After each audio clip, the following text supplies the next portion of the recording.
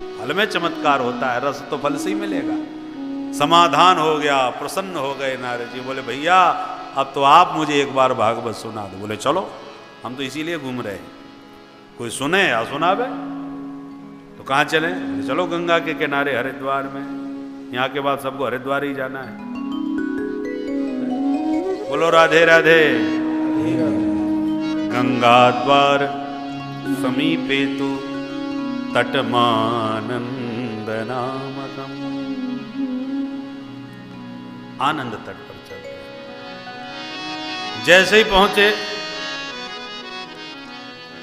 तो हजारों ऋषि मुनि, जिसको जब जहां पता चला दौड़ दौड़ के आने लगे, दोनों के संबंध से आने लगे। कथावाचक कौन है? बोले सनकादिक ऋषि। बोले गजब की कथा होगी तब तो भाई। चार चार वक्ता एक साथ बैठे। आयोजन किसने करवाया है? बोले देवर्षि नारद जी ने। भाई गजब हो गया।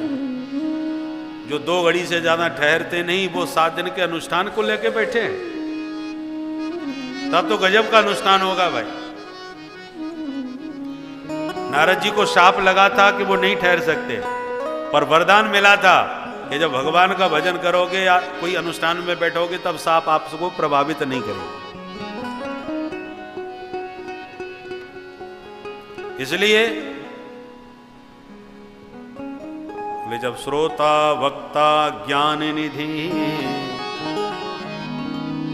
कथा राम के गूढ़, तब तो गूढ़ कथा होगी भाई।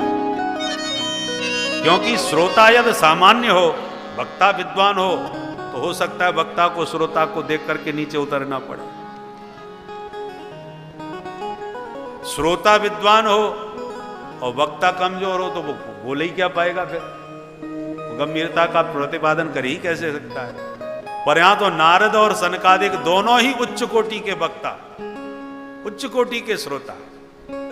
सनकादिक ऐसे श्रोता है कि कथा मात्रैक जीवन, कथा सुनने के लिए तैयार, कोई सुनाने वाला तो मिले। और नारद जी भी ऐसे ही है, वक्ता मिल गया तो श्रोता, श्रोता मिल गए तो वक्ता। प्रत्येक वक्ता में एक श्रोता रहना चाहिए, उसके भीतर वो श्रोता बन करके ही रहे हमेशा जीवन भर, तभी कुशल वक्ता बन के रह पाएगा। वक्ता वक्ता ही बन के रह गया, श्रोता नहीं बना तो उसकी गति अवरुद्ध हो जाएगी, रुक जाएगी, विकास कुंठित हो जाएगा। इसलिए निरंतर श्रोता बने रहना चाहिए। अब इन महापुरुषों को देखिए, जिन्हें नारद जी ने भागवत का उपदेश देकर के व्यास जी से भागवत का विस्तार करवाया है, वो सामान्य वक्ता होगा? जिन व्यास जी महाराज ने जिनकी प्रेरणा से भागवत का विस्तार किया, जिनके पिता ने स्वयं भागवत की परंपरा को प्रशस्त किया, उस परंपरा में प्राप्त हैं देवर्षि नारद, भागवत का विस्तार कराने वाले व्यास जी के माध्यम से। और वे सनकादिक से कहते मुझे सुनाइए, क्योंकि मैं स्वयं अधूरा हूं, मैं नहीं पहचान पाया भागवत की महिमा। तो वक्ता कितना भी मर्मज्ञ हो जाए, कितना भी महान हो जाए, पर उसे जब भी कोई कुशल वक्ता मिले या कैसा भी वक्ता मिले,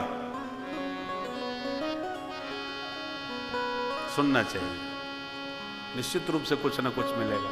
आज बापूजी कह रहे थे कि कोई न जाने कहाँ, कोई गांव देहात में कहीं कथा हो रही थी, कोई वक्ता बोल रहे थे तो हम भी बैठ के सुनने लगे। वो ज़्यादा पढ़े लिखे नहीं थे, कथा कह रहे थे, बोले हमको तो एक सूत्र मिल गया।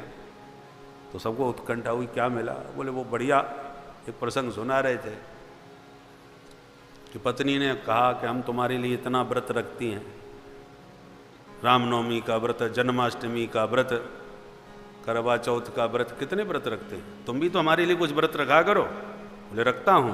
कौन सा? बोले मौन व्रत। तुम्हारे इतने व्रतों के बदले में मैं मौन व्रत रख लेता हूं। बोलो राधे राधे। बापूजी कह रहे थे हमको मिला उससे कुछ। तो मतलब यह है आप जो लेना चाहें कुछ ना कुछ तो मिलेगा। किसी तो सनकादिकों की तरह नारद आदि ऋषियों के अंदर। जब ये श्रोता बन के बैठ जाते हैं, इतने बड़े ब्रह्मनिष्ठ महापुरुष, हम 2-4 भागवत सुन करके वक्ता ही बन के बैठ जाते हैं। हम क्यों जाएं किसी की कथा, हम खुद वक्ता है। ये तो वक्ता सही श्रोता नहीं बना तो वक्ता रह जाएगा, वक्ता। दोनों ही ज्ञान निधि हैं। संत दौड़ पड़े। जैसी कथा का शुभारंभ हुआ, भक्ति सुतौ तौ तरुणौ गृहीत्वा प्रेमैक रूपा सहसा विरासी। भक्ति सुतौ तौ तरुणौ गृहीत्वा प्रेमैक रूपा सहसा विरासी। श्री कृष्ण गोविंद हरे मुरारे नाथेति नामानि मुहुर्मुहुः। श्री कृष्ण गोविंद हरे मुरारे नाथेति नामानि मुहुर्मुहुः। बोल भक्ति महारानी की जय, भागवत भगवान की जय। भक्ति माँ का प्रादुर्भाव हुआ। भक्ति माँ ने कहा, अहम प्रतिष्ठामि, कहाँ बैठ जाऊं महाराज? सनकादिक बोले, निरंतरम वैष्णव मानसा, इन भक्तों के हृदय भवन में विराजिए। क्योंकि जिस भवन में भक्ति विराजमान हो जाती है, भगवान बिन बुलाए भागे चले आते हैं। देख लो मिथिलापुर में भक्ति स्वरूपा भगवती जनक तनया जानकी का प्रादुर्भाव मिथिला में हुआ। भूमि से भूमिजा प्रकट हुई, तो उस भूमि में फिर राम जी को चिट्ठी नहीं भेजनी पड़ी, बिन बुलाए चले आए। बिन बुलाए मेहमान बन के लखन लाल जी के साथ रघुनंदन राम भद्र गुरु जी के संग में चले आए। और जब राम जी आए तो जनक जी ने जानकी जी के भवन में ही उन्हें निवास दिया। क्योंकि भक्ति के भवन में ही भगवान विराजते हैं, और भक्ति जहां प्रकट होती है वहां भगवान बिन बुलाए पहुंच जाते हैं, अनाहुत चले आते हैं, बुलाना नहीं पड़ता। पुष्प की मादक महक जब चारों तरफ व्याप्त होने लगती है तो भ्रमरों को बुलाना नहीं पड़ता, भौरा बिन बुलाए चला आता है। हमारे राम जी महाराज भी भक्ति की सुगंध पा करके भ्रमर की तरह खींचे चले आते हैं।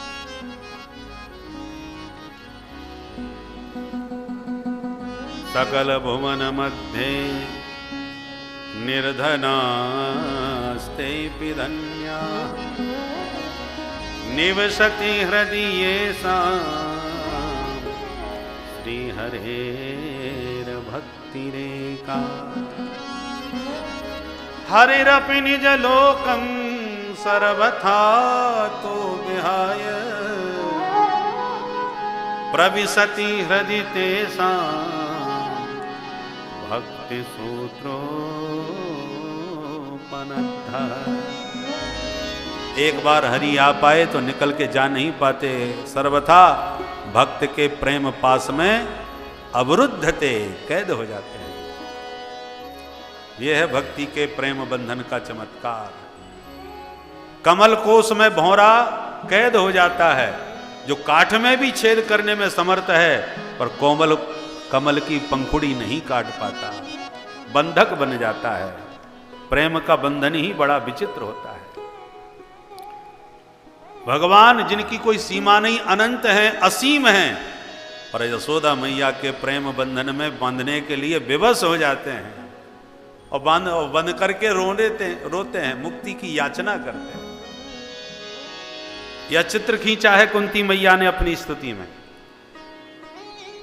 गोप्या ददे त्वयि कृता गसिदाम तावत् याते दशाश्रु कलिलान् जन संभ्रमाक्षम्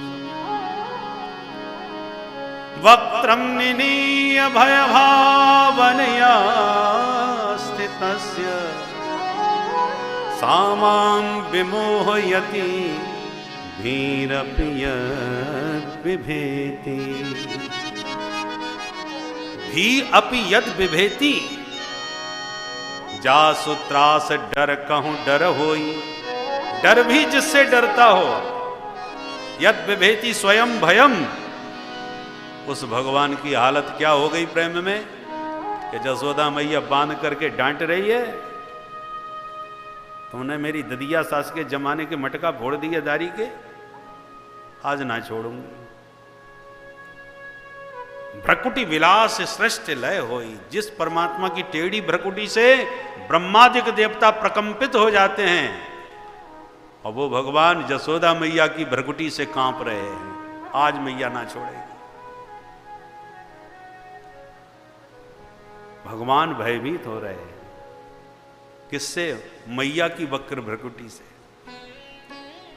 परंतु में मैया के बंधन में आए, मैया ने प्रेम पास में लाला को बांध दिए और लाला रोते गिड़गिड़ाते रह गए। कुंती मैया कहती है सामाम विमोहयति। वो दृश्य जब मेरी कल्पना में आता है तो मेरा मन मोहित हो जाता है, मोह में पड़ जाता है। क्या सचमुच ये वही ईश्वर है जो कालों का भी काल है, भय को भी भय देने वाला है?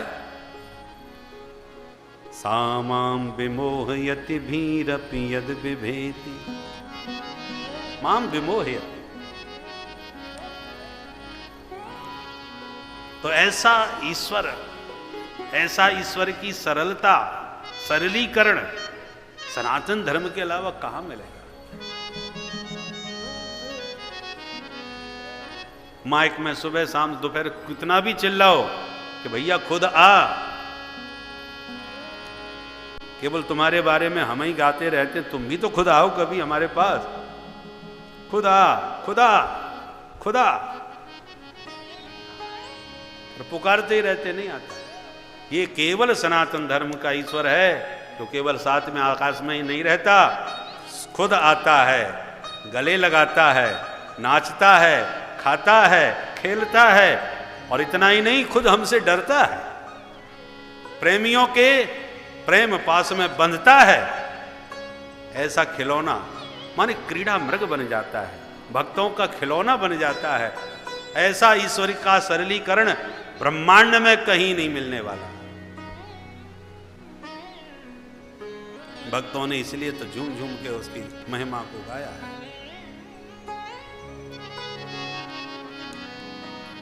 नारद जी प्रसन्न हो गए जब भक्ति मां को ज्ञान वैराग्य के साथ नाचते देखा। ज्ञान वैराग्य का जर्जरत्व समाप्त हो गया। नव यौवन संपन्न भागवत का अमृत पाक प्राप्त करके ज्ञान वैराग्य हो गए तो नारद जी भी गदगद हो गए, वचन रह गए। देवर्षि नारद जी प्रश्न करते, महाराज जी और बताओ, के विशुद्धन्ति बदन्तु मह्यम। ये भागवत ज्ञान वैराग्य को तो पुष्ट करती है, भक्ति का संवर्धन करती है, पर कैसे कैसे पापी इसमें मुक्त हो सकते हैं ये भी बता दीजिए। सनकादिक बोले ये प्रश्न करने की आवश्यकता नहीं, हम तो कहते हैं ये मानवा पाप कृतस्तु सर्वदा। महापापी भी सप्ताह यज्ञ न कलौ पुनन्ति ते। इस भागवत के सप्ताह ज्ञान यज्ञ में गोता लगा के ऐसे पापी भी कलमश मुक्त होकर के परम पवित्र हो जाते हैं। कोई हुआ है? हाँ हुआ है। तब इतिहास सुना दिया। तुंगभद्रा नदी के तट पर आत्मदेव ब्राह्मण अपनी पत्नी धुंधली के साथ रहते थे। संतान नहीं हुई, दुखी होकर मरने के लिए गए। संत मिल गए। संत ने बहुत समझाया, समझ में नहीं आया तो फल पकड़ाया, जाओ पत्नी को खिलाओ बेटा हो जाएगा। पत्नी को पकड़ाया, खिलाया नहीं, और पत्नी ने इतने कुतर्क कर डाले कि खाया भी नहीं। एवं कुतर्क योगेन तत्फलम नैव भक्षितम्। हम सब आत्मदेव हैं, तुंगभद्रा में रहते हैं। तुंगभद्रा क्या है? तुंग माने ऊंचा, सब सर्वश्रेष्ठ, और भद्र माने कल्याण का साधन, वह है तुंगभद्रा। तो सर्वोत्तम कल्याण का साधन मनुष्य शरीर है, यही तुंगभद्रा है। और इसी में बैठा है, रहता है आत्मदेव, जो अपनी आत्मा को दिव्यता में प्रतिष्ठित करना चाहता है, वो सब आत्मदेव बैठे हैं। पर धुंधली कुतर्कणी है, संशयात्मिका बुद्धि, यही धुंधली है। इसको हमेशा धुंधला ही धुंधला नजर आता है। संत ने फल दिया खाने को, पर हमने पकड़ा दिया, खिलाया नहीं। हम कुंभ के मेला में जाते हैं, तीर्थों में जाते हैं, संतों से बैठते हैं, सत्संग करते हैं, पर संत जो ज्ञान का फल देते हैं तो देते समय सावधान करते हैं, जो ज्ञान लेके जा रहे हो वो बुद्धि में बैठा लेना। माने यहां से ज्ञान का जो फल मिला है उसे बुद्धि को खिला देना।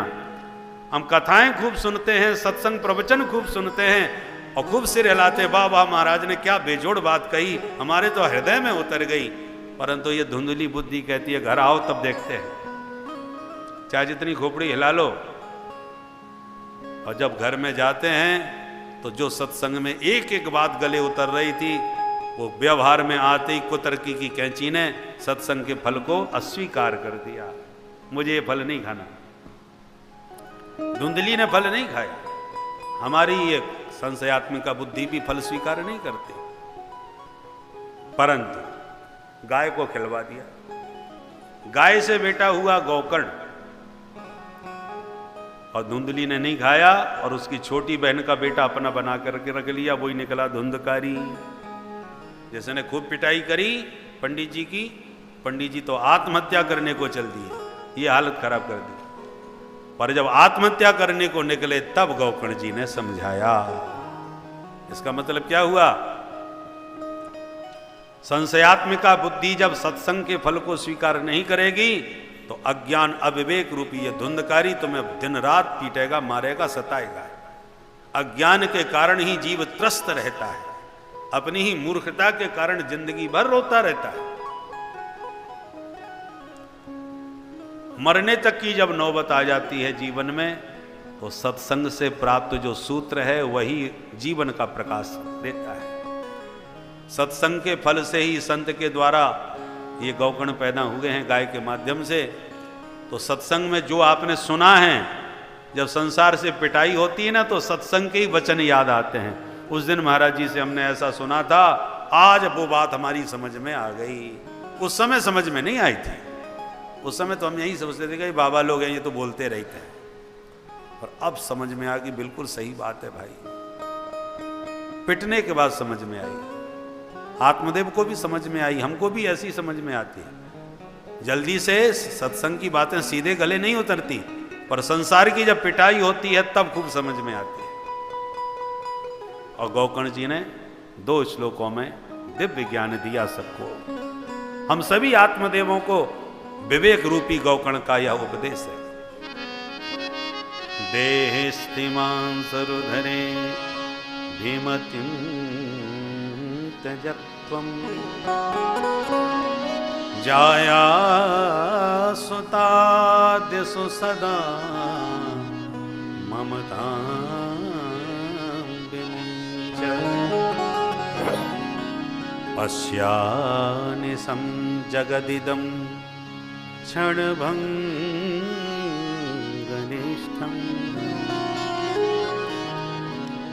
वैराग्यरागरसिको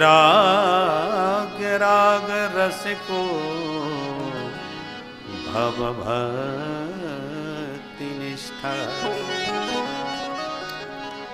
धर्मं भजस्व सततं त्यज लोकधर्मा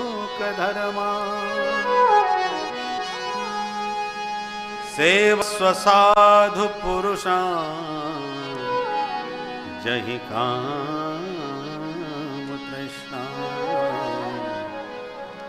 अन्यस्य दोष गुण चिंतन सुमुक्त्वा सेवा कथा रसमहो नितरां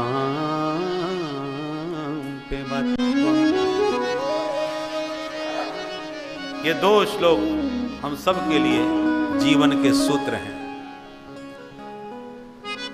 अहमता ममता की रस्सी में समस्त जगत के जीव बंधे हैं, मैं और मेरे का बंधन। माया के ये दो ही बंधन है, मैं और मोर तोरते माया। देह में मैं पना मान लेना, देह के संबंधों में ममता, मम मेरे, बस ये मैं देह और देह के संबंधियों में हम बंधे हुए हैं। इन दोनों बंधनों को विवेक के द्वारा खोलो, इन बंधनों को तोड़ो। देह में रहो पर देहासक्ति से मुक्त रहो। नारियल में नारियल का गोला रहता है, पहले चिपका रहता है, तब तक कच्चा है, और जब चिपकना छोड़ दे तो समझ लो पक गया, परिपक्व हो गया, बजने लगा, बोलने लगा। अब नारियल के फूटने पर वो नहीं फूटा। ऐसी देह में रहो परंतु देह से अनासक्त रहो, असंग हो करके रहो, से असंग रह करके रहो। बहुत से लोग किराएदार ही मकान पर कब्जा करके बैठ जाते हैं, खाली नहीं करेंगे, मालिक को ही चुनौती दे देते हैं। इसलिए इस देह के भवन में जो पंचायती धर्मशाला है, कब्जा नहीं चलेगा, और जो कब्जा करते हैं वो पिट के भगाए जाते हैं। यम के दूत आते हैं, मार मार करके मकान से बाहर निकाल के ले जाते हैं। ऐसी दुर्दशा क्यों करवाओ भाई? जब आदेश मिले मकान को खाली करो, चल दो। पर किराएदार बन के रहोगे, यात्री बन के रहोगे तो खाली करने में कष्ट नहीं होगा। कब्जा करके बैठोगे तो पिटोगे और रोगे, और खाली करने में भयंकर कष्ट पाओगे कि इतने दिन से यहां रहता था। इसलिए देहासक्ति से मुक्त और देह के संबंधों से। भाई जब धर्मशाला ही हमारी नहीं है तो धर्मशाला के यात्री हमारे क्या हैं? कोई बिहार का, कोई एमपी का, कोई कहीं का है, सब छोड़ छोड़ के जाने वाले हैं, हम भी छोड़ के चलेंगे। यह विवेक यदि आपने जागृत कर लिया तो मस्ती से रहोगे और मस्ती से जाओगे।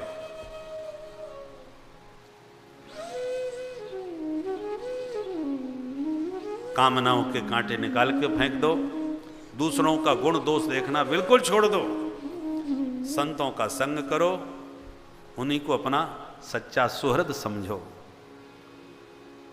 एक एक सूत्र गले उतर गया, छोड़ करके आत्मदेव चला गया। और इधर धुंधकारी ने जब धुंधली को मारना चालू किया, माताजी बोलो माल किधर? धुंधली दुखी हुई, कुआं में गिर के आत्महत्या कर बैठी। धुंधकारी ने माता पिता दोनों को ठिकाने लगाया तो गोकर्ण जी तीर्थ यात्रा करने चले गए।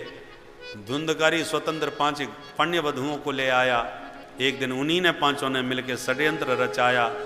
रात में अंगारे मुंह में भर के धुंधकारी को मार डाला, गड्ढा खोद करके आंगन में ही दफना दिया। प्रायः साहसिको स्त्रिय, सनकादिक कह रहे नारद जी, प्रायः स्त्री बड़ी अबला और भीरू होती है, परंतु बुद्धि बिगड़ जाए तो उसके समान दुस्साहस कोई नहीं कर सकता। बहुत साहस होता है। 5 ने मिलकर ठिकाने लगा दिया, माल लेके चली गई। बड़ा भयंकर प्रेत बना। गोकर्ण जी को पता चला तो गया में श्राद्ध करके घर लौटे, पर घर में विश्राम करते समय उसने डराना चालू कर दिया। कभी भेड़, कभी भैंसा, कभी हाथी, भैया कौन हो? मंत्र पढ़ के जब मारा गोकर्ण जी ने, तब बोलना चालू किया, अहम भ्राता त्वदीयोस्मि धुंधुकारीति नामतः स्वकीयेनैव दोषेण ब्रह्मत्वं नाशितं मया। तुम्हारा ही भाई हूं भैया, कितने पाप किए कोई गिनती नहीं है। उस पापों